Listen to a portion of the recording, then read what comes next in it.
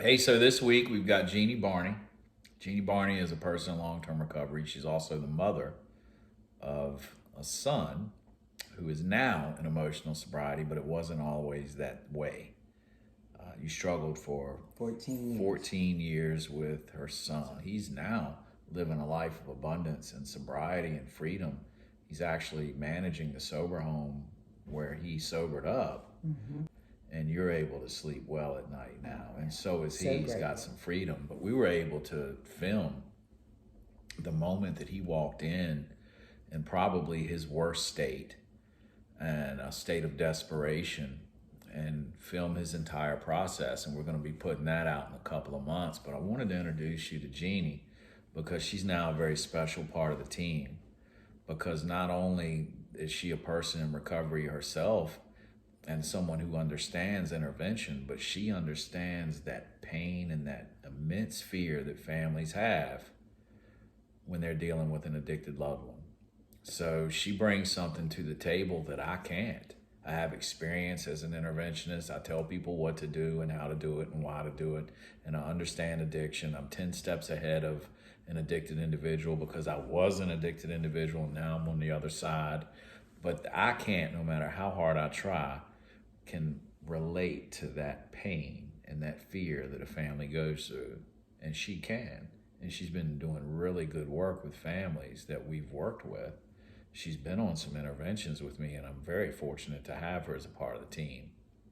And it's a very interesting story about how we got together and got started. We're not going to go into a whole lot of that today because we don't want to ruin it for you in a couple of months when this episode of Ian's entire journey comes out. And that's going to be really exciting. I can't wait. And I was honored to be a part of it. But what do you think the biggest struggle that families face when they're dealing with an addicted loved one, as far as going against that fear that they have? Well, I think you go against everything you were taught as a parent, or like when you're in the hospital and they hand you that baby, your first thought, from your gut, you want to take care of that baby, love that child. And when your child is in so much pain, you always want to protect them. And if your child is an addict, you have to do the exact opposite. It feels like you're doing the exact Yes. opposite. When really what you're doing is you're battling the addiction, not the child. Not the child, absolutely. And it's hard to really separate that. Absolutely. You know, we're really going against the hostage taker. Right. We're really attacking the hostage taker, which is addiction. Yes. Right? It's its own entity really inside of our addicted loved ones. Absolutely. So what were some of the struggles you had as coming along on this journey through 14 years and multiple treatment centers and sober homes and IOPs and meetings and all of this? What were some of the hardest parts of that? There was one time that my son was out there. He called me, and I went to find him out in the streets in the ghetto.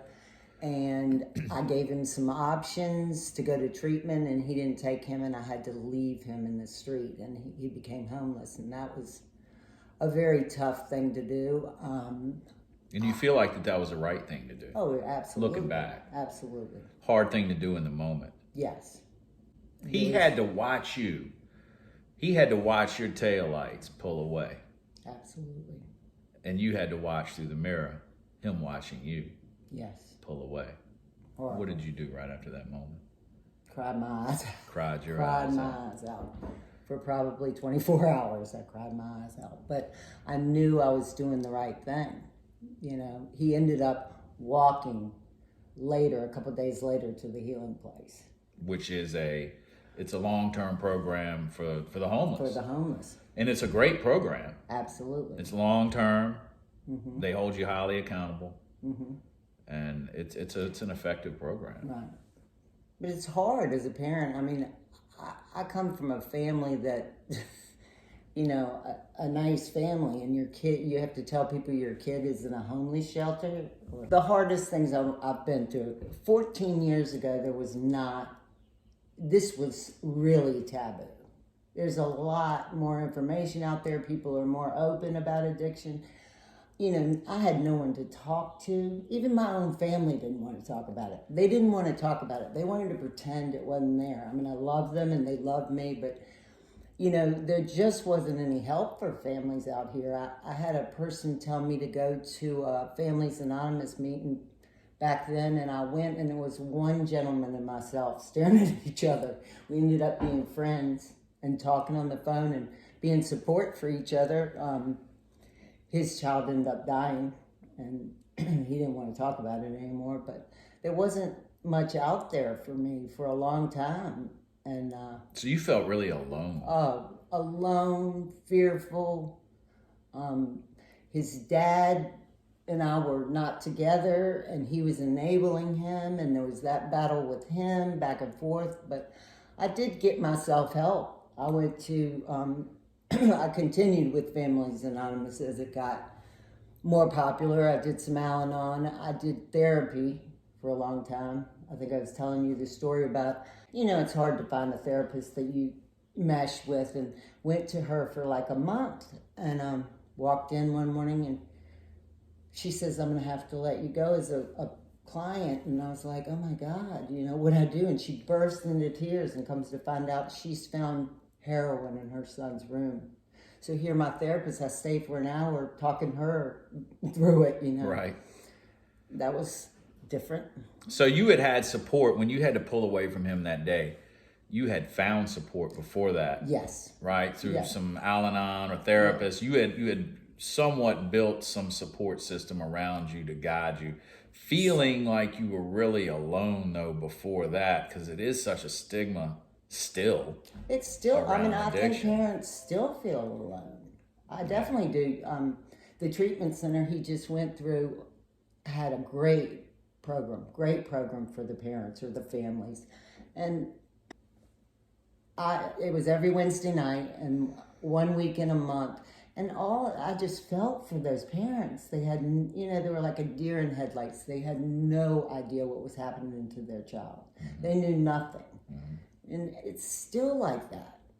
It's all over the news and stuff, but people are uncomfortable with it.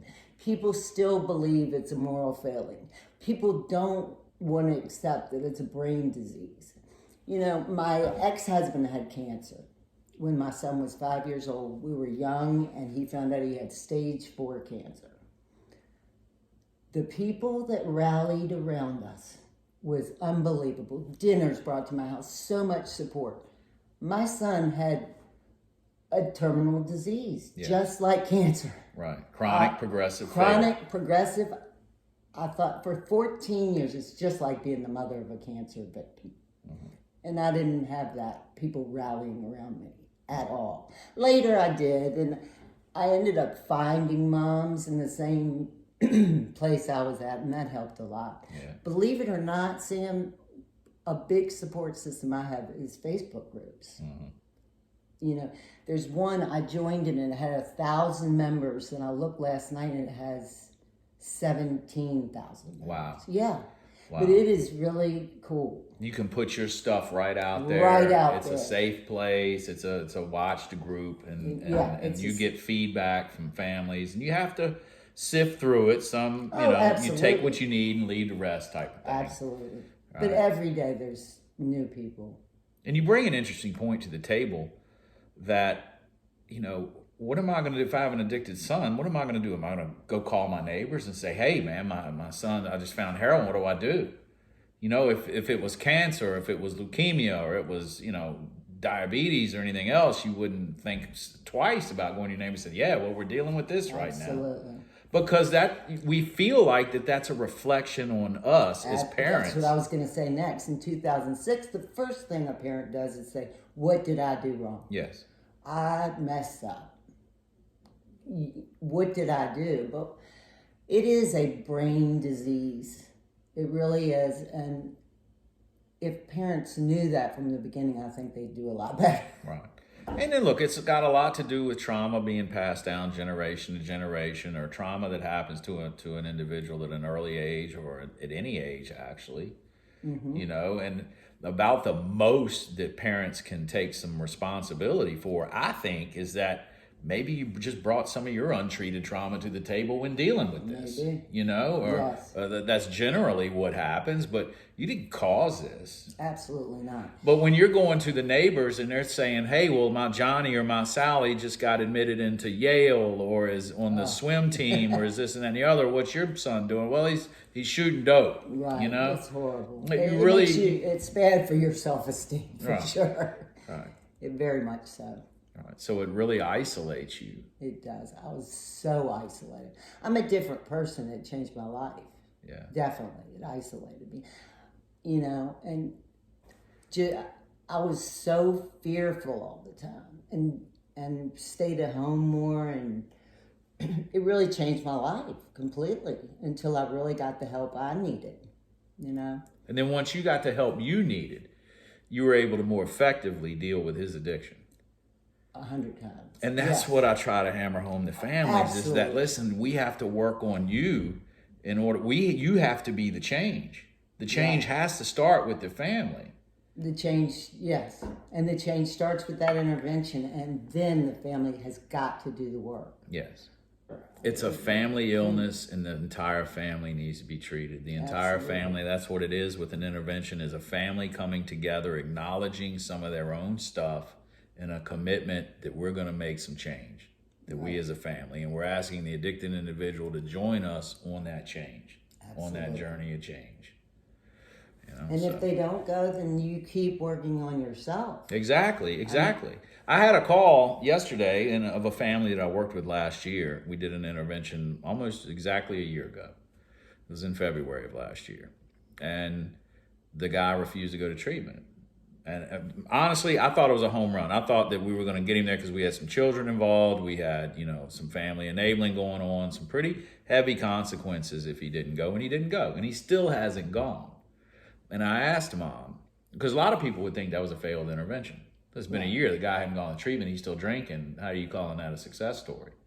Well, it is a success story because the family continued to work on themselves. And I asked her, I asked Mom this. I said, how has your life been in the past year not being held hostage by your son's alcoholism? And she said, quite frankly, it's been very peaceful. Yeah, there are times that I get sad. There are times that I worry about him.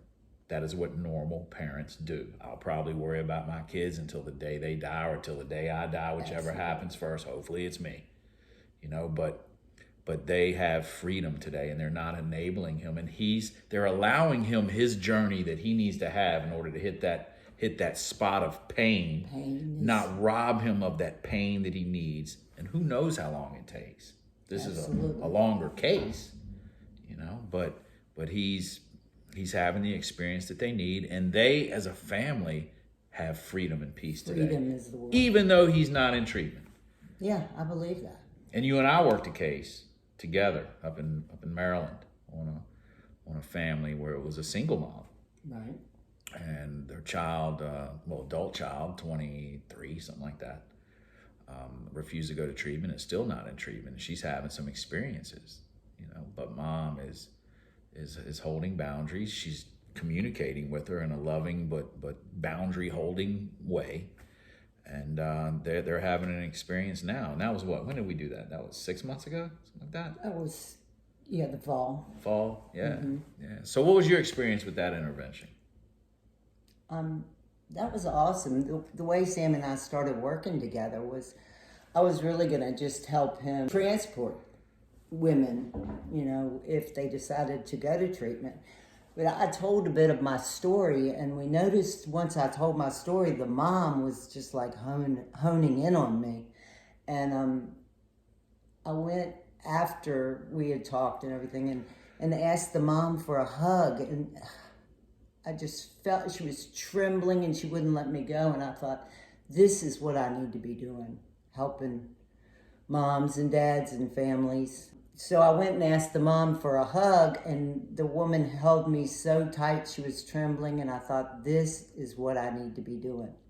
This is where I need to be in my life. And we went on one about a month later, 2 or 3 weeks later, and that mom, oh my God, I just could feel her pain. She was a wonderful woman. And again, she connected with me, I think, and I wished I would have had a mom there for me during these times. Someone who's been through it and is now on the other side. Other side of it. It's like if you're going to be trained for combat, I'd like to be trained by a guy that's already been to combat, you know, and you've been to combat, you made it through, so you're now helping families get through it too. Yes. You know? So that day that we worked with Ian, how'd you feel about that, leading up to it? Where was your hope meter before that, a few days before we intervened on him? I felt hopeful, and he was listening to me, and then he called me up and said he wasn't going to this place, and at the time he was staying with his father. And I spoke with his father, and his father says he doesn't have to go. And I was like, oh, no.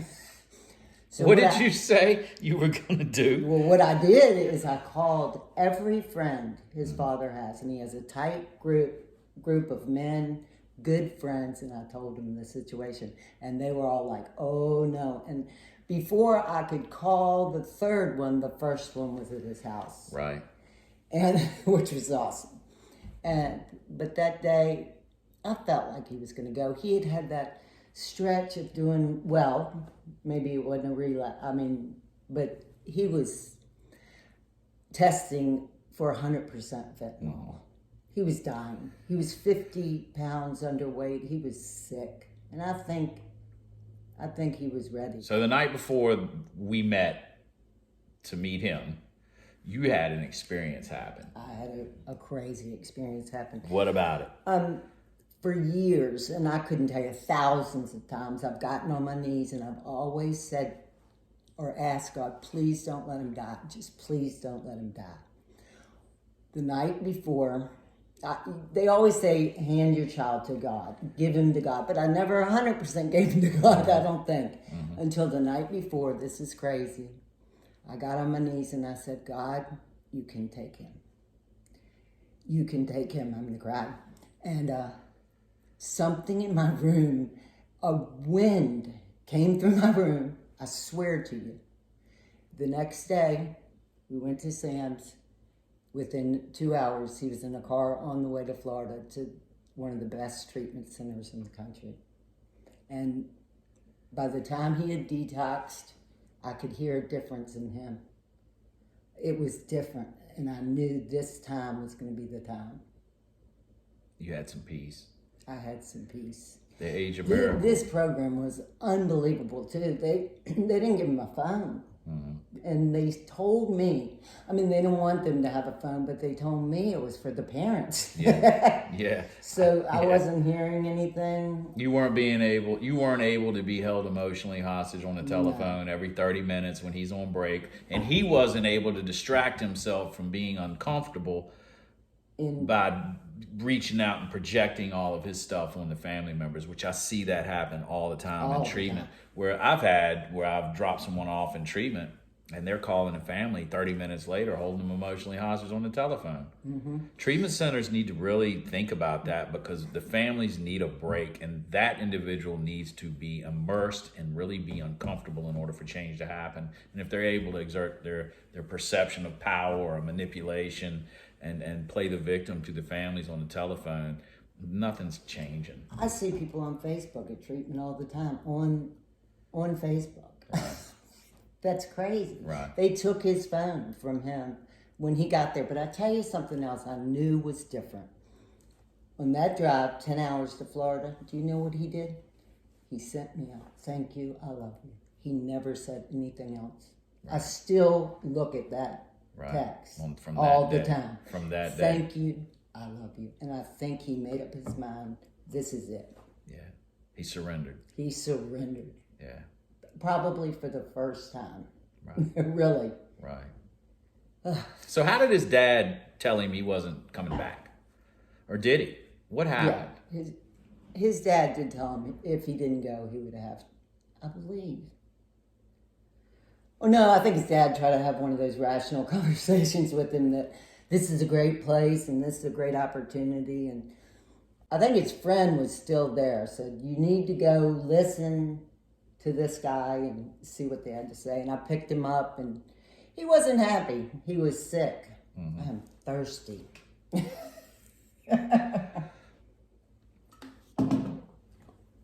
When I picked him up from his dad's, he was physically very sick. Mm-hmm. Matter of fact, when you guys wanted to put him on a plane, he couldn't. Right. Yeah, So he was sick. 2 minutes into it, you said, "Oh, I got a ride right out here for you." Right. Didn't he say? I was like, "Oh, that's awesome." I thought him saying he was sick. He said maybe tomorrow or something. Right. Yeah. Thursday. I'm like, oh Thursday. God, here we go. Yeah. Because if you don't get them when they're If ready, you don't get them, the window of willingness closes really quickly. And that's not about craving dope either. It's about the mind starts telling me 1,000 reasons why I don't need to go to treatment. But you were like, no, I have a ride for you right now. Yeah, right outside. And he couldn't say anything. Yeah, remove the options to do anything else except go get well. Right. That's the name of the game, removing options.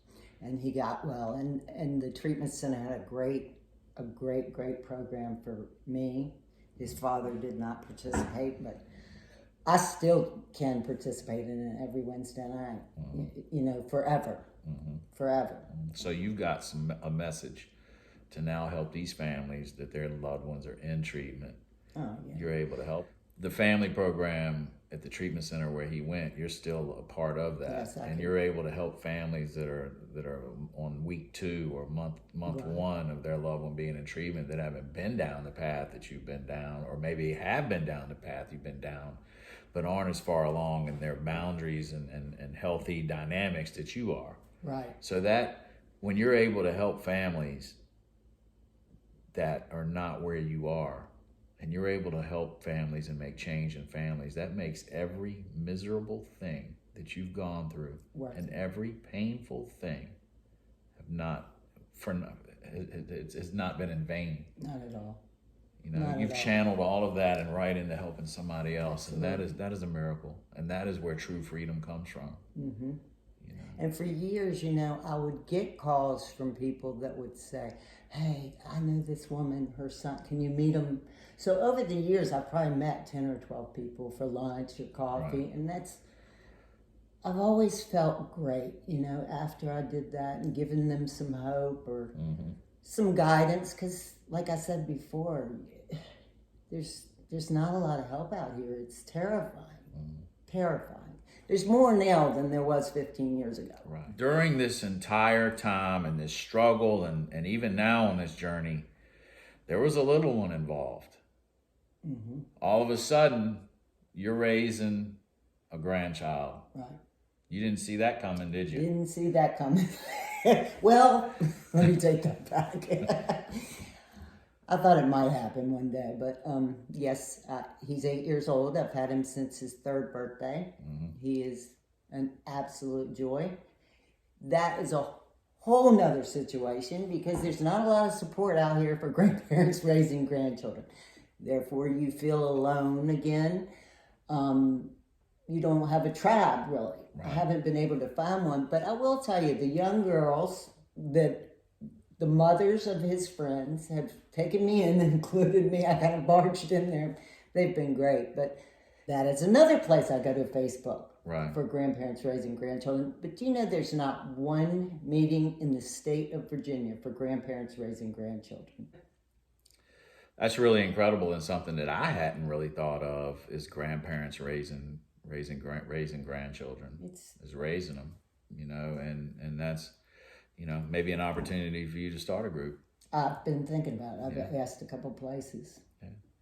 Well, listen, thank you for being here, and I'm completely honored that you and I get to do some work together and help change some lives. And, thank you for giving me the opportunity. No, it's absolutely an honor, and there is hope out here. There is a solution out here, and there is some things that you can do. Give us a call, reach out. Don't be afraid. There's people that have been in your situation exactly, and we're here to help you. So you have a good day.